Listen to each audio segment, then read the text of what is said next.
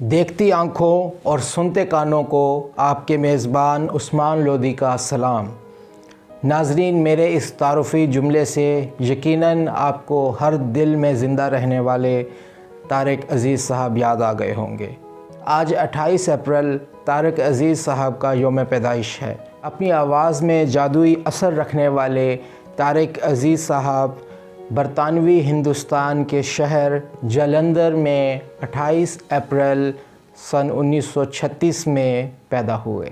طارق عزیز صاحب کو یہ اعزاز حاصل ہے کہ وہ پاکستان ٹیلی ویژن کے سب سے پہلے اناؤنسر، نیوز کاسٹر اور خطوط کا جواب دینے والے اور سب سے پہلے موسم کا حال بتانے والے اینکر تھے۔ طارق عزیز صاحب اپنی شخصیت میں ایک جادوئی اثر رکھتے تھے۔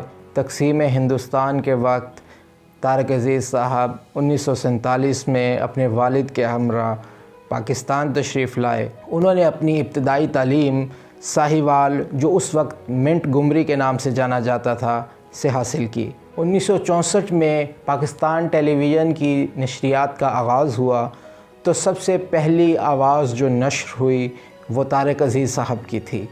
1975 میں طارق عزیز صاحب کا مشہور زمانہ پروگرام نیلام گھر شروع ہوا، جو بعد میں بزم طارق عزیز کے نام سے مشہور ہوا۔ یوں تو آج موجود ہر شخص طارق عزیز صاحب کے گزر جانے کے باوجود ان کے نام سے اور ان کی خدمات سے واقف ہے، مگر 80 اور 90 کی دہائی میں جوان ہونے والوں کے دلوں میں طارق عزیز صاحب ایک خاص مقام رکھتے ہیں۔ اگر آپ کا بچپن بھی 80 اور 90 کی دہائی میں گزرا ہے تو آپ کو یقیناً یاد ہوگا کہ طارق عزیز صاحب کا پروگرام کس قدر اہتمام سے دیکھا جاتا تھا۔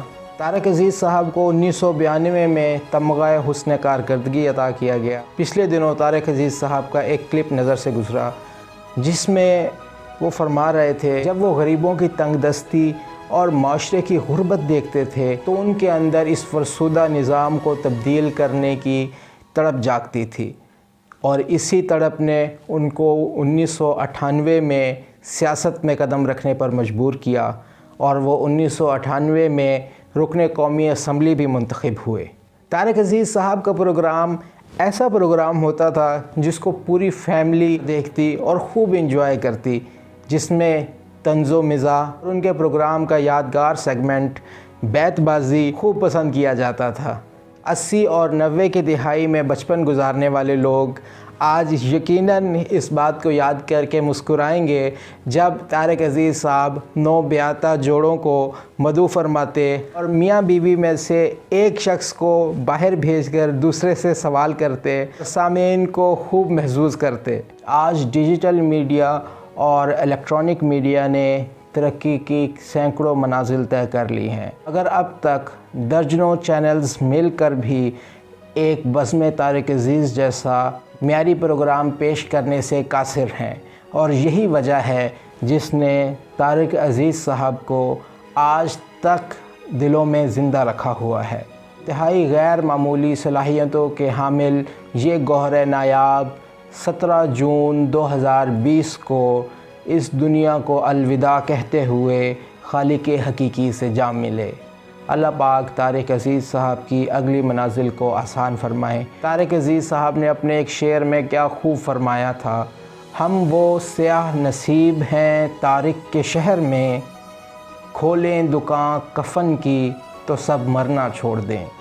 گو کہ آج میرے ساتھ شبانہ بشیر موجود نہیں ہیں، مگر میں اپنے آج کے اس پروگرام کا اختتام طارق عزیز صاحب کے انداز میں ہی کرنا چاہوں گا۔ اس کا جواب کمنٹ سیکشن میں زندہ باد کی صورت میں ضرور دیجیے گا۔ طارق عزیز صاحب کے پروگرام سے جڑی اپنی بچپن کی یادیں ضرور کمنٹ سیکشن میں تحریر کیجیے گا۔